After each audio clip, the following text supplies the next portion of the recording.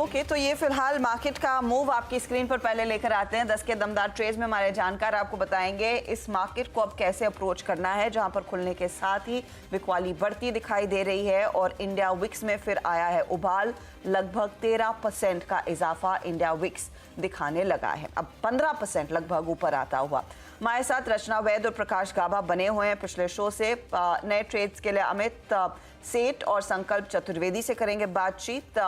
साथ ही तिमाही आधार पर डॉक्टर लाल पैथलैब्स के नंबर्स अच्छे थे, कंपनी के ग्रुप सीएफओ वेद पी गोयल से होगी बातचीत। मार्केट बिग वॉइस में एमके इन्वेस्टमेंट के चीफ इन्वेस्टमेंट ऑफिसर मनीष सोनथालिया हमारे साथ जुड़ेंगे और इसके अलावा यूनियन बैंक के नंबर्स पर भी कंपनी के ईडी रंजन साहब से होगी बातचीत। तो एक्शन पैक सत्र रहने वाला है, लेकिन पहले एक्शन को कैसे पढ़ा जाए ये समझ लेते हैं। अमित, एक तरफा बिकवाली इंडिया विक्स फिर उबाल दिखा रहा है, नियरली 15% का स्पाइक। इस समय का ताजा ट्रेड क्या है? जी, good morning Harshita ma'am, good morning Virendra ji and everybody on the panel. Ma'am, काफी कॉशियस सिचुएशन है अभी, तो दोनों साइड के मेरे ट्रेड्स आएंगे, एक लॉन्ग रहेगा एक शॉर्ट रहेगा। लॉन्ग साइड में मैं एक डिफेंसिव औरो फार्मा के साथ जाना चाहूंगा। औरो फार्मा बहुत अच्छे से अपना 10 और 20 डेमा से एक मूव दे रहा है। स्ट्रक्चर यहाँ पे मोरलेस पॉजिटिव है, थोड़ा सा रिलेटिवली आउट परफॉर्म कर रहा है निफ्टी को। 1145 का लगभग इसका प्राइस है। स्टॉप लॉस ज्यादा बड़ा नहीं लेंगे, 1128 का रहेगा और टारगेट्स रहेंगे 1175 से 1180 को लेके। सेकेंड स्टॉक जो मुझे शॉर्ट साइड में अच्छा लग रहा है for shorting opportunity, that is Tata power. लेकिन मैं अभी देख रहा था वो ऑलरेडी डिस्कस हो चुका है, तो थोड़ा सा मैं यहाँ पे चेंज कर लेता हूँ। उसके अलावा जो मुझे सेकेंड स्टॉक जो यहाँ पे वीक लग रहा है, that is Gujarat gas. Gujarat gas का अगर हम स्ट्रक्चर देखें तो इसने अपना 100 डेमा ब्रेक किया है और स्टॉक में लोअर लो लोअर हाइज बन रहे हैं। जब Nifty was doing well, stock ने कुछ नहीं किया, तो ज्यादा नहीं तो मुझे ऐसा लगता है कि जिस हिसाब से वीकनेस है, ये अपना 200 डेमा टेस्ट कर सकता है, जो कि लगभग 512 10-12 के आसपास आता है। तो इसे शॉर्ट करें, थोड़ा सा इंट्राडे 525 24-25 के आसपास आए तो शॉर्ट करें with stop loss of 531 and target of 510।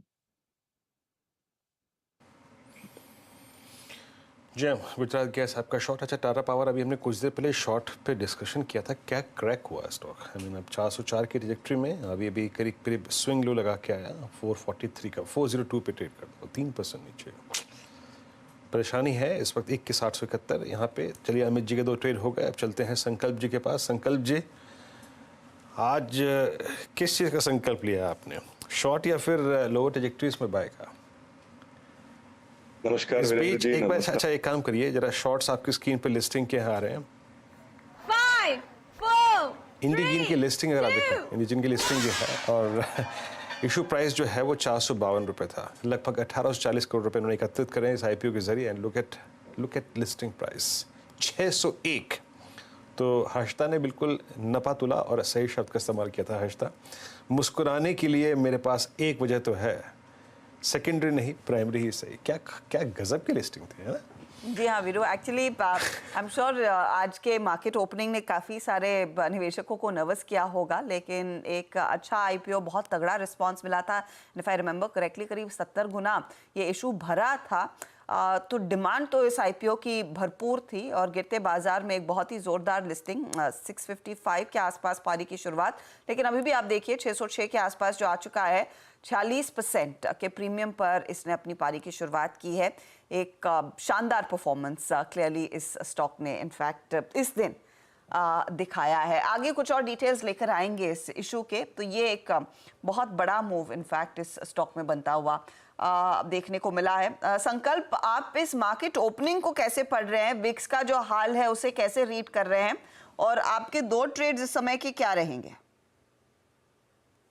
नमस्कार हर्षिता जी, नमस्कार वीरेंद्र जी।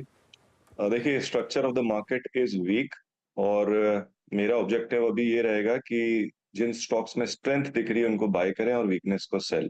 तो मेरी फर्स्ट ट्रेड जो है वो है मेट्रोपोलिस में एक long with a target of 1820 and a stop loss of 1735। दूसरा स्टॉक जो मैं देख रहा हूँ, जो 2-3 दिन से वीकनेस में है, जिसने हाई सस्टेन नहीं किए और आज अच्छे वॉल्यूम्स के साथ सेलिंग है, दैट इज पीवीआर आइनॉक्स। इसमें मैं शॉर्ट जाना चाहूंगा with stop loss of 1301 and a target of 1205।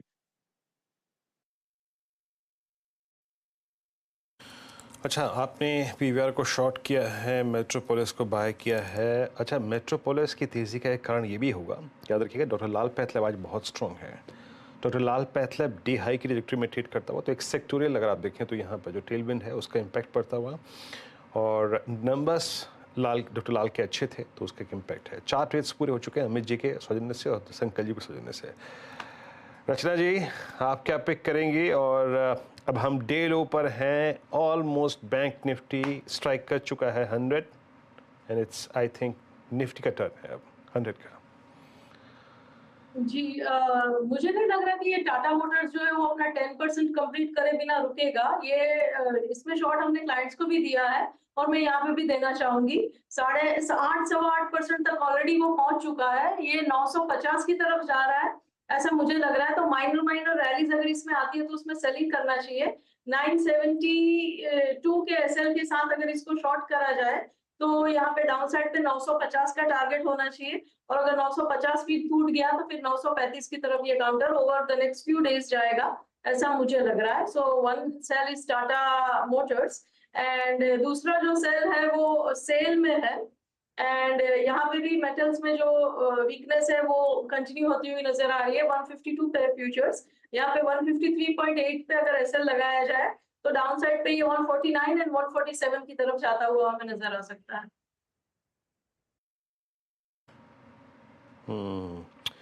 Prakash sir अब हमारे साथ आई थिंक इस अगली ट्रेड को पिक करेंगे, लेकिन उससे बता दूं मैं आपको कि नवंबर 2023 के बाद फर्स्ट टाइम हम इतनी नज़दीक हैं, मतलब hardly with the differential of I think 40 point Nifty के।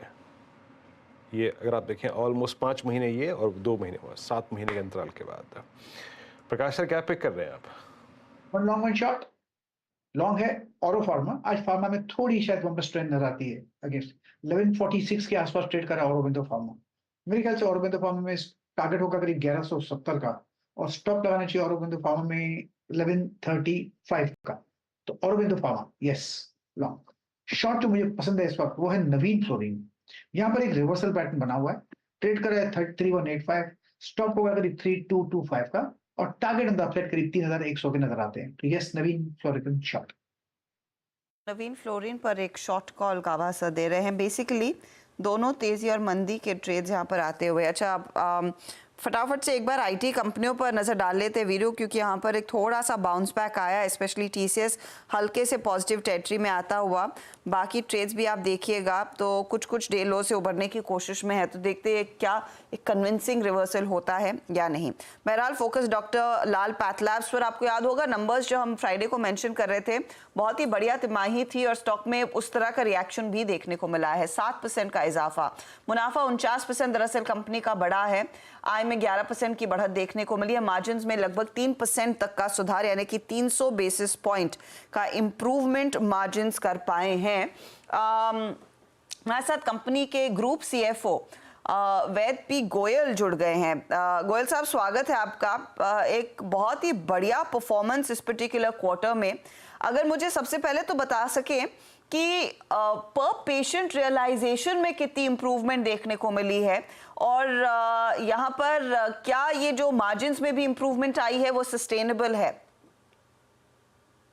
सो हमारा पर पेशेंट रेवेन्यू अभी 833 रुपए हो गया है, जो कि पिछली बारी 806 रुपए था।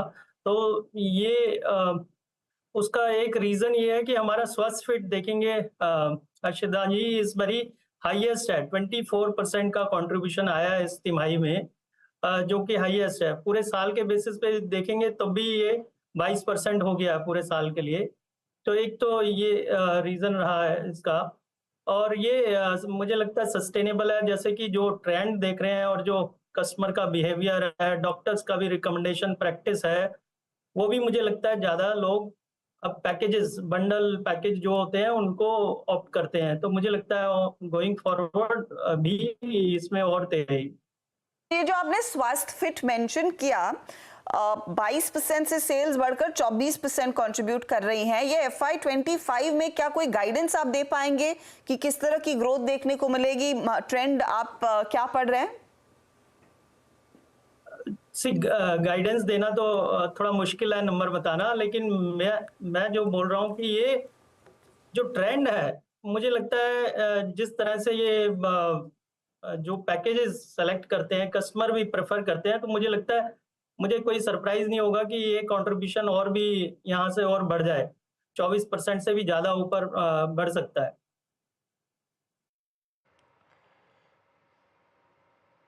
ओके, मैं समझ रहा हूँ आपकी बात। मतलब कुल मिला के जैन साहब आप ये बोलना चाहते हैं मतलब कि जो टेस्ट पर क्लाइंट होता है वो एग्जैक्टली गोयल साहब माफ़ कीजिएगा, टेस्ट पर क्लाइंट जो मेरे ख्याल से कोविड से पहले काफ़ी कम परसिस्ट करता था वो बढ़ रहा है। और बीते अगर मुझे 3 क्वार्टर्स में से टेस्ट पर क्लाइंट की अगर आप ट्रेजेक्टरी बताएं वो कैसे सुधरी है और कितनी बढ़ी है? जी, हमारा टेस्ट पर पेशेंट अभी 2.91 है इस क्वार्टर में, और अगर हम बात करें पिछले 2 क्वार्टर से, तो ये करीब करीब 4 से 5% की वृद्धि है इसमें। तो ये हमारा जो पिछले साल था 4.7 से अभी हमारा पास 4.91 हो गया है।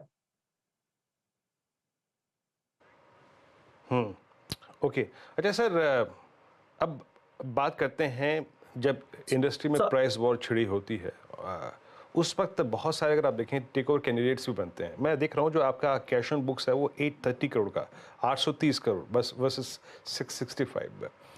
इस साल कोई एक्विजिशन के चांसेस हैं? और दूसरी बात है साउथ इंडिया में जो एक्सपेंशन है वो किस तरीके से रहेगा इस फिस्कल में?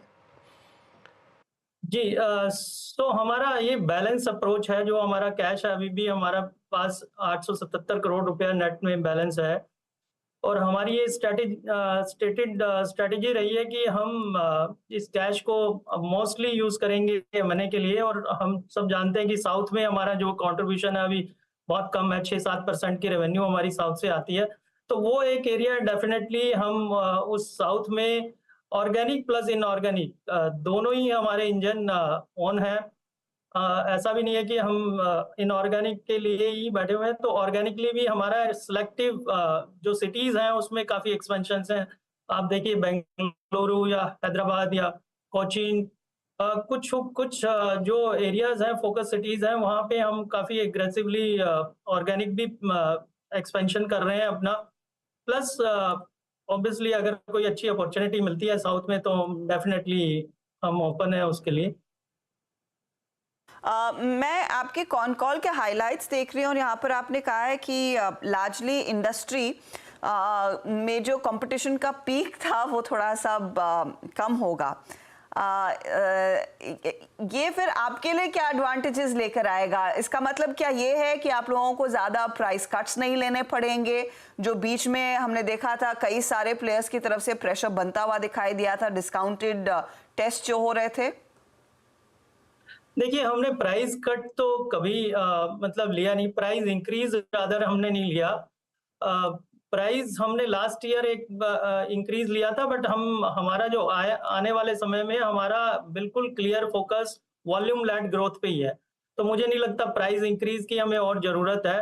कंपटीशन डेफिनेटली यहाँ पे थोड़ा स्टेबल हुआ है। जो पहले इरेशनल टाइप ऑफ डिस्काउंटिंग हम देखते थे या प्रमोशनल एक्टिविटीज देखते थे, वो अभी 2-3-4 क्वार्टर से हमें इतना नहीं दिख रही है। हैविंग सेड दैट, कंपटीशन अभी भी है, कंपटीशन हमेशा से था, क्योंकि ये इंडस्ट्री बहुत ही अनऑर्गेनाइज्ड है। अगर कोई ऑर्गेनाइज इसमें स्पेस में ऑर्गेनाइज प्लेयर आते हैं तो बहुत अच्छा इस इंडस्ट्री का है, लेकिन जो इरेशनल डिस्काउंटिंग या जो प्राइसिंग थी वो मुझे लगता है कम हो गई है।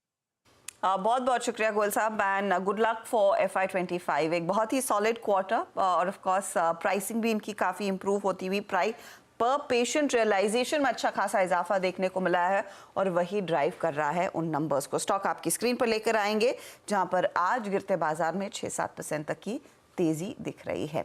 चलिए अब मार्केट पिक वॉइसेस की तरफ बढ़ते हैं और इस तरह के मार्केट टर्मोइल को, उठापटक को कैसे ट्रेड करना है MK इन्वेस्टमेंट के चीफ इन्वेस्टमेंट ऑफिसर मनीष सोनथालिया से पूछते हैं। Manish ji, good morning. एक और सत्र जहां पर वीकनेस बस परसिस्ट करती हुई, और कहां हम 2 हफ्ते पहले लाइफ हाई पर बैठे थे और वहां से कितना करेक्शन हो चुका है। ये बताइए, ये नर्वसनेस के पीछे बड़ा कारण क्या है? एक तरफ एफआईआई के आउटफ्लोज हैं जो शायद पहले भी थे, लेकिन अचानक क्या बदला है कि सेंटिमेंट इतना बिगड़ रहा है, इतना नर्वसनेस मार्केट में बढ़ने लगा है? हम चुनाव के दौर से गुजर रहे हैं और 4th फेज ऑफ पोलिंग होने जा रही है आज। एंड मेरे हिसाब से तो सातवां जब तक पोल हो जाएगा, आई थिंक जो भी नर्वसनेस अभी अपने को देखने को मिल रही है वो बेसिकली पोल रिलेटेड ही है। ना तो वैल्यूएशन बहुत ज्यादा कोई एक्सपेंसिव और ना कोई अर्निंग्स में कोई मेजर डिसअपॉइंटमेंट। अर्निंग्स मोर और लेस अगर आईटी को आप बाहर रखें एंड बाकी सेक्टर्स के जो अर्निंग्स के एस्टिमेट्स थे वो उसके करीब ही आए हैं, कोई बहुत ज्यादा major disappointment. I think poll related uncertainty है, और अगर आप मानते हैं कि पॉलिसी कंटिन्यूटी रहेगी तो डेफिनेटली ये खरीदने का अच्छा मौका है। एंड अगर बहुत ज्यादा कोई मेजर अपसेट हो जाता है गवर्नमेंट फॉर्मेशन में, तो मे बी मार्केट यहाँ से और 1000 पॉइंट निफ्टी गिर सकता है in the worst case scenario, but उसकी संभावना थोड़ी कम दिखती है। और 7वें फेज ऑफ पोल्स तक मोर और लेस अलाइनमेंट ऑफ कंसेंसस आपको market cap and market levels में दिखेंगे। एफआईएस की जो सेलिंग है वो अक्रॉस इमर्जिंग मार्केट्स हो रही है except for China and Turkey, तो उसका ब्रांड इंडिया में भी देखने को मिल रहा है। बट हमारी जो एसआईपी फ्लोज है और जो रिटेल पार्टिसिपेशन है वो मेरे हिसाब से वैल्यूएशंस को डेफिनेटली कंसिडर करेंगे। And once 4th of June आ जाता है and you have certainty on macros, तो वहां से फिर एक नया दौर शुरू होगा, ऐसा मुझे लगता है। तो क्या वो जो वोटर टर्नआउट अब तक थोड़ा सा नरम था, उसी ने नर्वसनेस बढ़ाई है, या फिर लोग बस बहाना ढूंढ रहे हैं इस मार्केट में शायद प्रॉफिट बुक करने का, पोजीशंस हल्की करने का? I am just trying to understand the cause of this poll related weakness, क्योंकि हर बयान में पीएम मोदी कह रहे हैं कि हम 400 के ऊपर का नंबर लेकर आएंगे, या फिर मेजॉरिटी होगी, उसमें संदेह तो है नहीं। तो अचानक ये वरी फैक्टर क्या है? ये क्या बस एक एक्सक्यूज के तौर पर वोटर टर्नआउट को कहा जा रहा है और मुनाफा वसूला गया है? एक कहावत है ना हमारे मार्केट में कि when in doubt stay out. तो वो डाउट जो कि चांसेस प्रोबेबिलिटी मेजॉरिटी नहीं आने की बहुत ही स्लिम है, बट चूंकि मार्केट वन वे मूवमेंट रहा है, काफी कुछ पैसे बन गए हैं और लोगों के, और 14-15 दिन का ही और टाइम फ्रेम बाकी है रिजल्ट्स के आने में, तो it is better to just wait out. और एफआईएस को भी अभी बेचना ही है, इंडिया भी या अदर इमर्जिंग मार्केट्स को जहां तक नीचे हो सकेगा। लोग काफी कुछ पैसे लेके बैठे हैं साइडलाइंस में, and once that certainty comes through, एक बहुत हड़बड़ी में पैसे डिप्लॉय भी होंगे। सो अगर ये देखते हैं कि ये 14-15 दिनों में अगर बहुत ज्यादा अनसर्टेनिटी में कुछ बहुत ज्यादा रीजनेबली मार्केट नीचे गिर जाता है, तो उससे अच्छा फिर गोल्डन मूवमेंट कोई नहीं है। एज फार एज अनसर्टेनिटी, तो ये डेफिनेटली एक फैक्ट है कि अगर ज्यादा से ज्यादा लोग वोट करने जाएंगे तो एक सर्टेनिटी डेफिनेटली एनडीए के फेवर में बनती है, क्योंकि 20% ऑफ द पीपल रूल 80%। तो जो 20% सर्टेन वोटर्स है उनकी काउंट बहुत मायने रखती है। तो from that point of view I think low voter turnout for whatever reason, मतलब हीट हो या थोड़ी सी कैजुअल अप्रोच हो या कोई भी कारण हो, वो थोड़ा सा एडवर्स जरूर दिखता है, बट मुझे नहीं लगता है कि 272 के नीचे तो इन एनी केस आने की कोई गुंजाइश है। एंड जहां तक पॉलिसी कंटिन्यूटी रहेगी तो मार्केट्स आने वाले दिनों में ठीक ही रहना चाहिए। ओके मनीष जी, अभी तक तो खैर चुनाव इलेक्शन आई थिंक और वोटिंग परसेंटेज, इसको देखते हुए आपने जो टिप्पणी करी, कितना रिस्क खुला हुआ है, लेकिन बाजार का एक धड़ा जो है वो शायद अर्निंग्स पे भी फोकस कर रहा है। लोग कैपिटल गुड्स, एबीबी के अर्निंग्स को आपने देखा, आज भी के एबीबी 7% ऊपर, मेरे ख्याल से बीते क्वार्टर का सबसे स्ट्रॉन्ग मूवर रहा। पूरा कैपिटल गुड्स अच्छा मूव दे रहा है, हम रियल स्टेट एंसिलरी में काफ़ी अच्छा खासा मूव दे रहे हैं। आपका आकलन इस बीते हुए अर्निंग सीजन को लेकर क्या है? सबसे स्ट्रॉन्ग पॉकेट्स इस प्राइस पर चेज करने लायक कौन सी लग रही है आपको अभी? पब्लिक सेक्टर यूनिट्स मेरे हिसाब से बहुत मैसिव री रेटिंग होने वाली है, क्योंकि एक तो वैल्यूएशंस काफी कंसिडरेबल है, मतलब बहुत ही रीजनेबल है। दूसरे आपके डिविडेंड यील्ड्स बहुत रीजनेबल है, मतलब 4-5-6% की डिविडेंड यील्ड आज की डेट में भी, और मतलब almost all PSUs except for may be defence etcetera आपको 15 या 20 के पी में मिलती। और जहां तक अर्निंग्स परफॉर्मेंस है, most of them have met expectations or beaten expectations. So from that point of view, risk to reward is extremely favorable for public sector units, including PSU banks. And as far as earnings trajectory is concerned, I think except for IT, जो कि ढीले ढाले earnings की अनुमान थी Q4 में, most of the sectors, I would say most of the sectors broadly earnings estimates meet out की है। और from that point of view ऐसा कोई बहुत ज्यादा मेजर नेगेटिव अर्निंग सप्लाई देखने को तो नहीं मिलता है। हाँ, ये आप जरूर बोल सकते हैं टॉप लाइन ग्रोथ अभी भी म्यूटेड है, मार्जिन परफॉर्मेंस ही बेटर है। आने वाले दिनों में एक earning growth momentum basically top line growth overall markets point of view से बढ़नी चाहिए। तो एक जो इकोनॉमी में मोमेंटम है वो डेफिनेटली एक फॉर्मेशन ऑफ न्यू गवर्नमेंट में बनेगी, और mid teen earnings growth basically 16-17-18% earnings growth from the next 2 years point of view should there be continuity in government बहुत ज्यादा कोई मुश्किल नहीं दिखता है। और उस पॉइंट ऑफ व्यू से बाजार कोई बहुत ज्यादा महंगा भी नहीं, थोड़ी बहुत प्रॉफिट बुकिंग डेफिनेटली हो रही है ब्रॉडर मार्केट्स में, हेडलाइन नंबर्स में FIs की सेलिंग है, but I would that's to be taken in the normal course of things. अच्छा मनीष जी, आपके उत्तर में जो 2 सेक्टर्स का नाम आया, मैं उसी के अंतर्गत उसी से अगर आप देखें फ्री में अपना नेक्स्ट क्वेश्चन कर रहा हूँ। बैंक निफ्टी में इस वक्त जो 2-3 काउंटर्स बहुत सिवियर प्राइस डैमेज दे रहे हैं, उसमें इंडसइंड बैंक है, HDFC बैंक है, और उनकी इनफैक्ट कोटक में काफ़ी सिवियर प्राइस डैमेज हुआ, उसके बाद थोड़ा सा अर्निंग्स के बाद पुल बैक आया। पर प्राइवेट बैंक्स में कन्विक्शन बहुत लो है इस वक्त, सिर्फ ICICI बैंक और एक्सिस बैंक इस वक्त कमांडिंग पोजीशन में है। लीडरशिप बैंक्स में किसके पास रहेगी यहाँ से आगे चलते हुए? वंस आई थिंक अगर ये जो इलेक्शन की वॉलेटिलिटी है उसके खत्म होने के बाद लीडरशिप कौन लेगा? देखिए, जो Q4 की अर्निंग्स है ब्रॉडली प्राइवेट सेक्टर बैंक्स और public sector banks earnings estimates meet की है और बेटर और मे बी बेटर की। पर Q4 में एक जो वेरिएबल है वो बेसिकली डिपॉजिट एक्रीशन का है, जो कि अनुमान के हिसाब से ही आया है। दे वर फेयरली गुड, बट Q4 एक सीजनली स्ट्रॉन्ग क्वार्टर रहता है deposit accretion point of view से।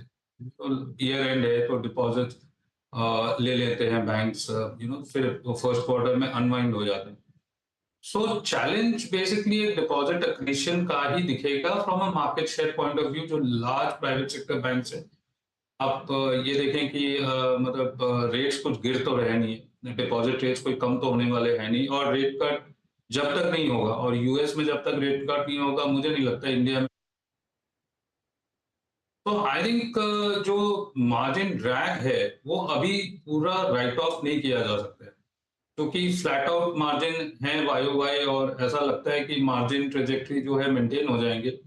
आई थिंक वो अगर हो जाता है और अर्निंग्स ग्रोथ आपकी in line with credit growth होती है, तो वहां वैल्यूएशन पॉइंट ऑफ व्यू में मतलब ऐसा कोई वैल्यूएशन रीरेटिंग हो जाएगा ऐसा तो कुछ लगता नहीं, क्योंकि जो भी नोन बैंक है वो 2 times प्राइस टू बुक के ऊपर है और 15-16 पी के ऊपर है।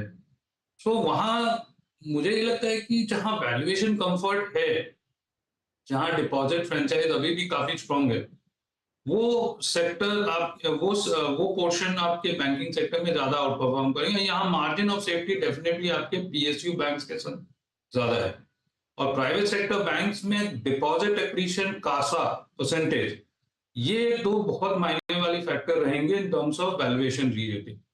अगर डिपॉजिट एक्रीशन और कासा परसेंटेज अगर ग्रोथ की तरफ है तब तो उसमें थोड़ी सी गुंजाइश है valuation rerating. Otherwise earnings growth जो भी रहेंगे वहां से वैल्यूएशन कोई रीरेटिंग वैल्यूएशन मेंटेन हो जाए, यही बहुत बड़ी बात। वैल्यूएशन रीरेटिंग की गुंजाइश ज्यादा है, क्योंकि यहाँ पर मार्केट शेयर और डिपॉजिट एक्रीशन एक चैलेंज आने वाले दिनों में भी। सोनथालिया साहब, बहुत बहुत शुक्रिया हमारे लिए समय निकालने के लिए और आज वक्त देने के लिए। इस बीच बैंक्स की बात हो रही थी तो यूनियन बैंक के नंबर्स आपकी स्क्रीन पर लेकर आएंगे। चौथी तिमाही में नतीजे थोड़े से कमज़ोर रहे हैं। कारोबारी मुनाफे पर थोड़ा सा दबाव रहा है। ऑपरेटिंग प्रॉफिट 4% से ज़्यादा की कमी दिखा रहा है। अगर आप एनपीए देखें, स्लिपेजेस में इनफैक्ट 24% का इजाफा देखने को मिल रहा है। एसेट क्वालिटी में थोड़ी सी इम्प्रूवमेंट ज़रूर नज़र आई है, लेकिन ये स्लिपेजेस बढ़ने की वजह क्या है और क्या यही इनफैक्ट फियर फैक्टर है? इस समय हमारे साथ बैंक के ईडी नितेश रंजन जुड़ गए। नितेश जी, स्वागत है आपका। जो वरी फैक्टर है उसी से शुरुआत करूंगी सर। स्लिपेज करीब 24% बढ़कर आया इस तिमाही में। किन अकाउंट्स की तरफ से दिक्कत आई है, अगर उसका कुछ उल्लेख कर पाए?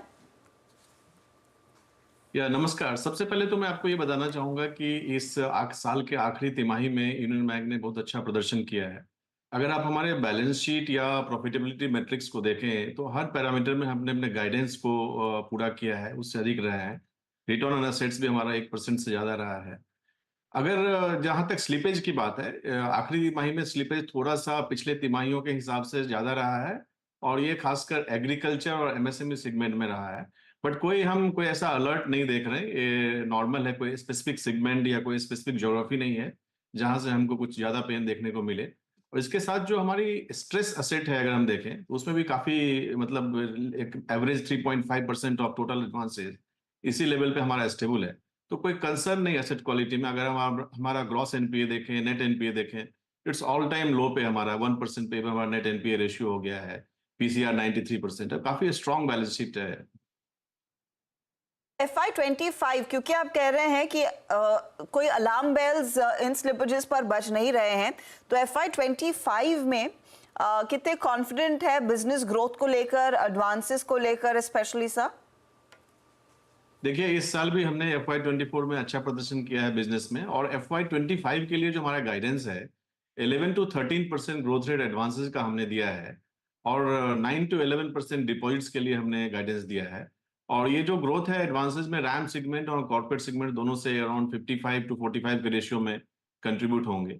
इसके साथ ही मैं आपको ये भी बताऊंगा कि जो एसेट क्वालिटी है उसमें भी हमारा जो गाइडेंस दिया है वो हमारा 12,000 करोड़ से कम का स्लीपेज होना चाहिए इस साल, क्योंकि आप देखेंगे हमारा डेलिंक्वेंसी रेशियो है जो पिछले वर्ष ऑलमोस्ट 1.6% पे आ चुका है और उम्मीद है कि इस वर्ष FY25 में 1.5% से भी कम रहना चाहिए।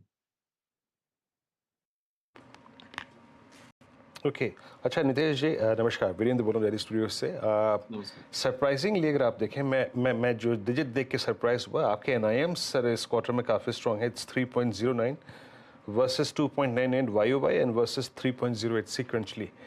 और इस बात के बावजूद कि आपका कासा रेशो जो है वो अप्रॉक्सीमेटली 15 क्वार्टर्स के लो पर है, तो ये पॉसिबल कैसे हुआ? और ये जो FY25 है सर, उसके लिए आपका एनआईएम्स का आउटलुक क्या है, considering all cost pressures, cost of fund? So last FY24 में जैसा आपने बोला 3.09 एग्जिट मार्जिन हमारा रहा है, और हमने जो गाइडेंस दिया है FY25 का 2.8 to 3% के रेंज में दिया है। So 3 is the higher part of the margin range.